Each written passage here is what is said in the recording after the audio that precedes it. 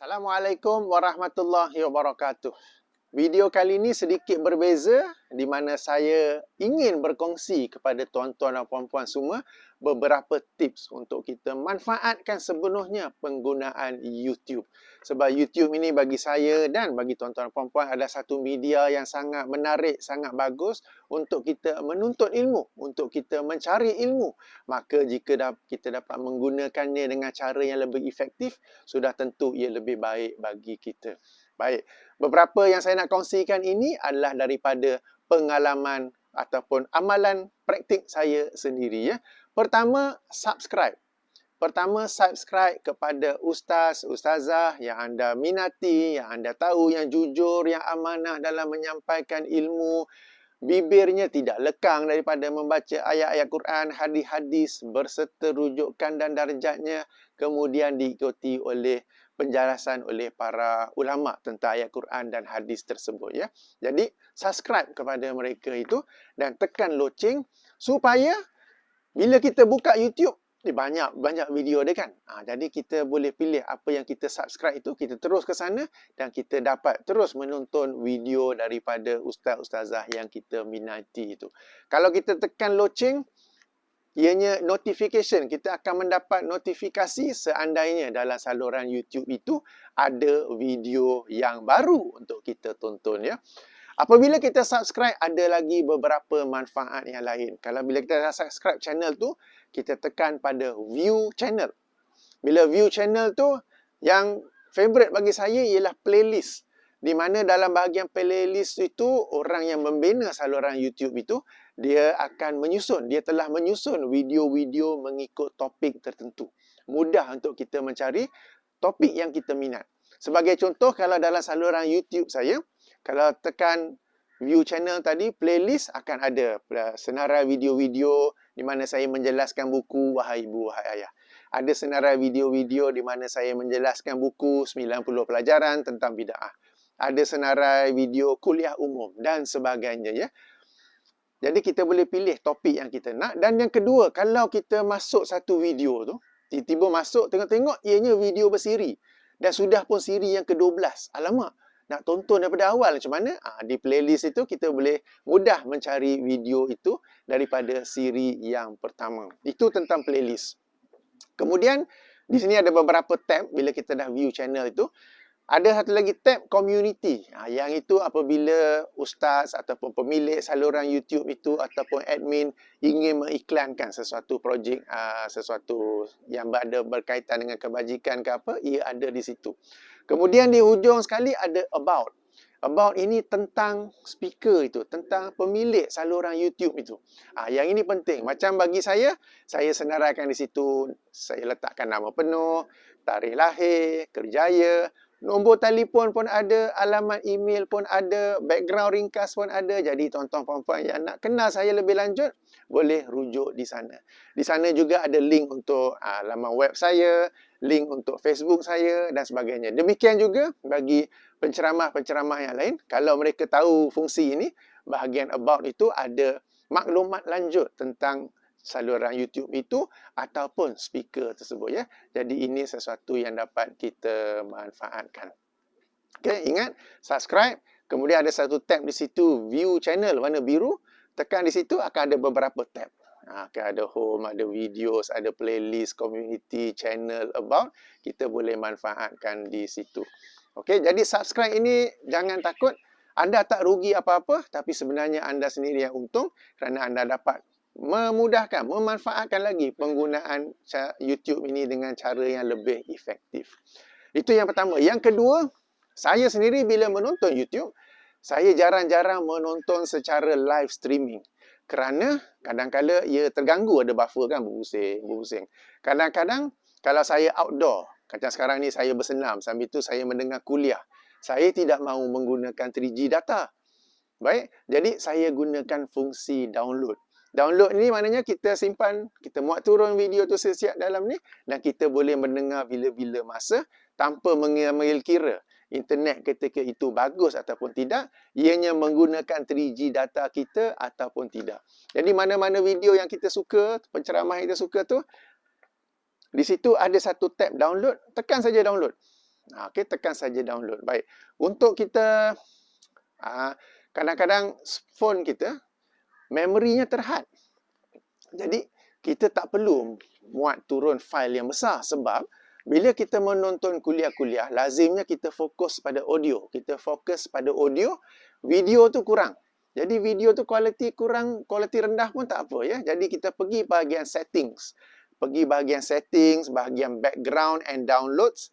Download quality, kemudian kita pilih low. Saya sendiri pilih low. Jadi bila kita tekan download, sekejap je sudah download. Bukan sebab internet laju, tapi sebab file size yang kecil. Gambar tu kurang sikit ketajamannya, tapi audio dia sama saja. Jadi kita fokus pada audio kan. Baik. Bila dah download tu nanti nak cari mana pula? Okey, dalam YouTube kita tu, homepage kita tu, kita guna phone kan, bahagian bawah, library. Library, tekan di situ, ada history, ada your videos, ada downloads. Tekan download situ, video-video yang kita telah download ada di sana untuk kita menontonnya ya. Jadi manfaatkan fungsi download ini. Macam saya lazimnya menonton kuliah-kuliah ini ketika saya bersenam, ketika saya memandu. Jadi download ni sangat penting supaya saya tidak menggunakan internet dan tidak terganggu dengan internet yang perlahan ya. Bila-bila kita berada di satu lokasi yang ada wifi, kita download siap-siap dan kemudian kita boleh tonton di mana-mana pada bila-bila masa. Baik, selain download, saya nak kongsikan pula fungsi playback speed. Di skrin yang kita sedang tonton sekarang ni, di top right hand corner, atas sebelah kanan ada 3 titik.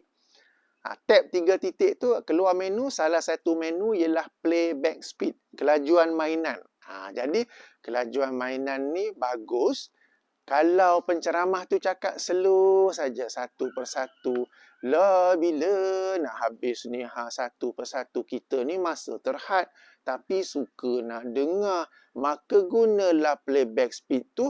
Kita boleh adjust 1.25 ke 1.5 ke. Bila kita tekan, kelajuan itu menjadi laju sedikit. Jadi kalau kuliah tu 1 jam dan speaker tu jenis cakap tartil, jelas. Okay? Satu persatu dia cakap. Jadi kita boleh pilih 1.5. Kuliah yang 1 jam tu jadi setengah jam. Okey? Kalau speaker tu cakap lebih kurangnya kita pilih 1.25. Jangan laju sangat. Sebab laju sangat, kuliah dah habis, kita pula tak sempat hafal lah ayat Quran tadi. Hadis tadi dibaca apa ya? So kesimpulan video ni apa ya? Tak dapat tangkap pula. Jadi kelajuan ini jangan sekadar nak cepat habis video, kita adjust sekadar yang kita dapat manfaatkan ya. Antara masa yang kita ada dan ilmu yang kita nak dapatkan. Jangan laju sangat. Okay, kalau ada penceramah yang cakap laju sangat, kita boleh perlahankan kelajuannya itu. Perlahankan ya. Jadi playback speed. Ya, jangan lupa playback speed kita boleh adjust. Saya sendiri selalunya 1.25. Kalau penceramah tu memang cakap jelas satu persatu, saya guna 1.5. 1.5 jadi cepat habis. Bukan sekadar habis, kita masih juga dapat mendengar, mengingati, mengambil iktibar akan apa yang disampaikan oleh penceramah itu. Baik. Kemudian saya nak kongsi tentang kita nak forward ataupun reverse. Kadang-kadang kita sedang tonton video, tiba-tiba ada interruption, ada gangguan. Kita pun layan sekejap. Lepas tu, apa tadi penceramah kata ya? Okey, dekat screen phone yang kita tengah tengok tu, kalau kita nak ke belakang, reverse, double tap 2 kali. Bila double tap 2 kali, dia 10 saat. Double tap 3 kali, dia 20 saat. Double tap 4 kali, dia 30 saat. Dan demikianlah seterusnya. Boleh cuba. Tengok. Kalau banyak-banyak kali, dia pergilah sampai seminit ke, 70, 80 saat ke. Kalau kita nak forward, nak lajukan sikit, nak ke depan.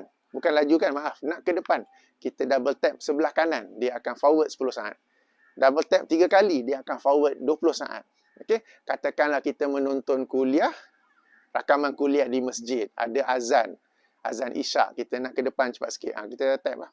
Okay, dia akan ke depan video tu ya. Jadi ini bila kita sedang tonton, selalunya saya guna untuk reverse sebab ada point penting yang disampaikan oleh penceramah itu ke, atau ada interaction ke, alamak terlepas tadi. Alamak nak dengar balik hadis tu supaya boleh hafal. Jadi saya double tap 10 saat. Ataupun triple tap dia 20 saat. Okey, boleh cuba di situ ya untuk kita ulang balik poin penting ataupun apa yang tertinggal ataupun kita nak hafal. Saya selalu dengar penceramah dia bagi hadis hafal terus. Dia bagi ayat Quran hafal terus. Kurang-kurangnya hafal surah apa, ayat apa supaya ia bermanfaat kepada kita. Jangan dah dengar lepas tu hadis tadi okey ya. Jadi itu tentang reverse dan juga forward. Kemudiannya ada yang disebut sebagai description. Description ini kalau penceramah itu ataupun admin ingin memberi info lanjut tentang video tersebut. Jadi dia akan letak di bahagian description. Mana kita nak cari description tu? Sila exit daripada video, tap pada tajuk video akan keluar description ya. Mungkin dia bagi link video yang dia sedang ulas ke, dia bagi link bacaan lanjut ke, dia bagi link yang apa-apa lain. Apa-apa info yang nak bagi ada di bahagian description. Baik, keluar daripada video, exit video, tag pada tajuk, akan keluar description itu. Seterusnya, ada satu kita kata fungsi tambahan, yang ini premium, tapi yang ni kita kena bayar. Kita kena bayar RM19 sebulan ya. Saya follow premium dan ianya RM18 sekian-sekian sen yang saya bayar setiap bulan. Premium ni ada beberapa manfaat. Yang pertama, tidak ada iklan. Kacau iklan ni kita nak tengok video kan. Pertama, tidak ada iklan. Nombor dua, fungsi download itu dapat kita gunakan internationally. Okay, sebab fungsi download ni entah kenapa, secara percuma hanya di Malaysia. Sebab saya sebagai seorang juruterbang, selalu terbang ke Australia, ke Jepun, ke UK, ke New Zealand. Bila saya sampai ke sana, fungsi download tak boleh digunakan. Bererti, video yang saya sudah download tak boleh pakai. Saya nak download video baru pun tak boleh pakai. Jadi, fungsi download tu dia memang jadi gelap. Okay. Tapi bila premium, fungsi download ini boleh digunakan. Ya. Jadi, yang ni ada manfaat bagi orang yang selalu travel internationally. Itu nombor dua. Nombor tiga, manfaatnya ialah kita boleh dengar YouTube sekalipun dengan phone yang sleep atau tidur. Maknanya, katakan ini phone, okey, dia gelap, sleep. Tapi kalau kita sedang main YouTube, dia boleh main di background, di latar belakang. Maknanya kita pakai earbuds ke, earphone ke, kita dengar melalui speaker ke, ia masih lagi berjalan. Jadi sebab kalau kita tonton YouTube, banyak pula tonton, screen on, bateri cepat habis. Dan kita taklah selalu tengok kepada penceramah itu, kita dengar audio, betul tak? Jadi bila guna premium, phone itu sleep, tidur, kita masih boleh dengar. Jadi ini saya selalu manfaatkan sebab saya selalu jogging, mendengar, bukan kita nak tengok selalu kan. Jadi kita boleh dengar sambil itu. Kemudiannya yang keempat, bila kita sedang tonton YouTube, kemudian kita nak guna app lain. Kita boleh pergi pada app lain yang YouTube itu masih bermain di bahagian background. Dan ada skrin kecil di phone kita itu. Jadi ini satu kelebihan ataupun 4 kelebihan untuk menggunakan fungsi premium. Jadi inilah beberapa yang ingin saya kongsikan supaya kita sama-sama dapat manfaatkan YouTube ini sebaik-baiknya ya. Macam bagi saya YouTube ini satu media sangat penting untuk saya mendapat ilmu daripada penceramah baik di Malaysia maupun di luar negara. Sebab kalau katakan saya nak menonton kuliah Ustaz Dr. Rozaimi ke, saya tidak dapat untuk hadir bersama dengan beliau. Okey, Ustaz Dr. Mazhar ke, tak perlu saya pergi Perlis. Saya nak mendengar Noman Ali Khan ke, tak perlu saya pergi ke US. Sebab ada YouTube. Kemudian saya boleh dengar mengikut kelapangan saya pada masa yang saya pilih. Ya? Dan RM19 yang saya belanja itu pun pada saya adalah sesuatu yang berbaloi sebab kita nak menuntut ilmu dan kita serius nak tuntut ilmu. Kenalah keluar belanja sikit. Tapi RM19 itu sekadar option saja ya. Jadi tuan-tuan dan puan-puan, ayo kita manfaatkan YouTube ini untuk kita menuntut ilmu, kita mendapat ilmu dan jangan takut. Jangan terpengaruh dengan mereka yang pemikiran yang kolot, negatif. Tak, belajar kena face to face dengan guru. Lutut kena bersentuh lutut. Itu biar mereka. Kita manfaatkan teknologi, mendapatkan ilmu untuk manfaatkan kita dan juga keluarga kita, sahabat-sahabat kita dan umat Islam seluruhnya. Baik, sehingga sini saja dahulu. Moga-moga bermanfaat. Baik untuk tuan-tuan yang puan-puan menonton saluran YouTube saya, mahupun saluran YouTube mana-mana penceramah, mana-mana speaker yang lain ya. Subhanakallahumma wa bihamdika asyhadu an la ilaha illa anta astaghfiruka wa atubu ilaika. Assalamualaikum warahmatullahi wabarakatuh.